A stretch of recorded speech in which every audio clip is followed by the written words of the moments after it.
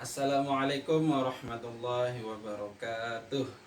Kaifa halukum anak-anak Madinah? Semoga semuanya dalam keadaan sehat walafiat. Kita selalu dalam lindungan Allah Subhanahu wa taala. Amin ya rabbal alamin. Nah, hari ini kita akan melanjutkan pelajaran kita, yaitu tentang akhlak tercela.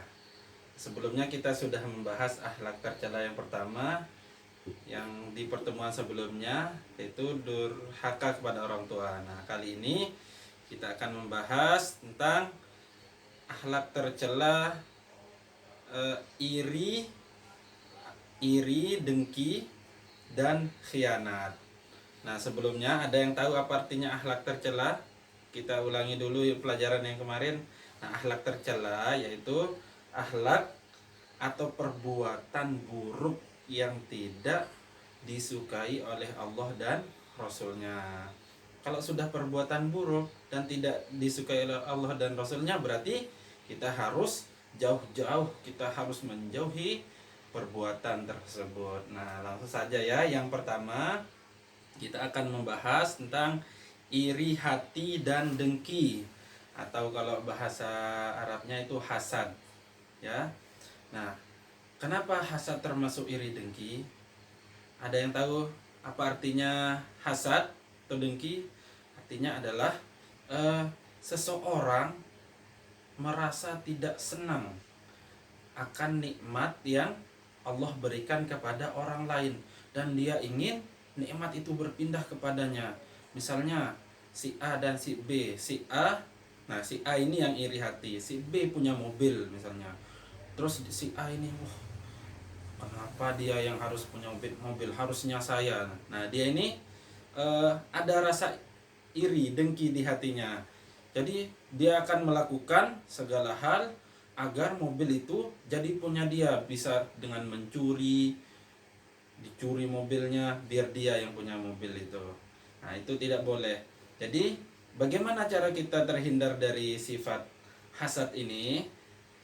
Caranya sangat mudah, yaitu kita harus bersyukur. Kita harus mensyukuri segala nikmat yang Allah berikan kepada kita.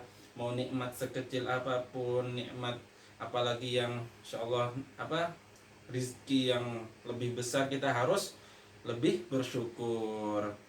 Nah, di dalam hadis dikatakan bahwa orang yang hasad atau dengki ini pahalanya akan hangus. Nah, ada yang mau pahalanya hangus atau habis? Tidak ada kan? Nah, diibaratkan seperti seperti api yang memakan kayu. Jadi kan kalau ada api terus kayu ditaruh di api, itu pasti kayunya habis, hangus. Ya, itu diibaratkan. Kayu itu diibaratkan seperti pahala, kemudian api itu diibaratkan seperti sifat dengki atau iri hati. Nah, seperti api yang memakan kayu. Nah, kita harus benar-benar menjauhi sifat iri hati dan dengki. Nah, kemudian yang kedua yaitu khianat. Nah, ada yang tahu artinya khianat? Nah, khianat ini artinya menyalahi amanah atau kepercayaan. Amanah ini artinya kepercayaan. Misalnya kita diberikan kepercayaan untuk menjadi ketua kelas misalnya. Nah, dia sebagai ketua kelas, misalnya ketua kelas 3, apa tugasnya ketua kelas? Yaitu mengkondisikan teman-temannya. Kalau ada yang bermain ketika pelajaran harus diingatkan, jangan bermain. Nah, ini misalnya menyalahi seperti apa?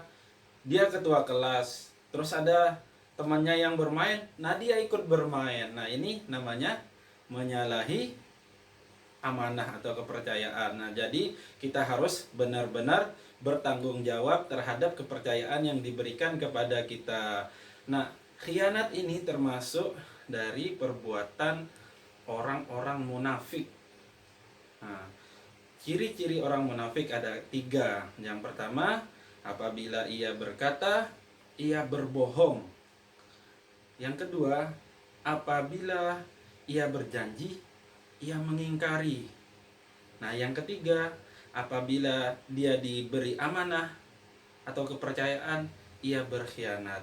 Nah, semoga kita bukan termasuk dari golongan orang-orang yang munafik. Nah, sampai sini insya Allah bisa dipahami ya.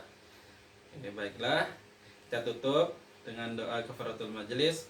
Subhanakallahumma wa bihamdika asyhadu an la ilaha illa anta astaghfiruka wa atubu ilaik.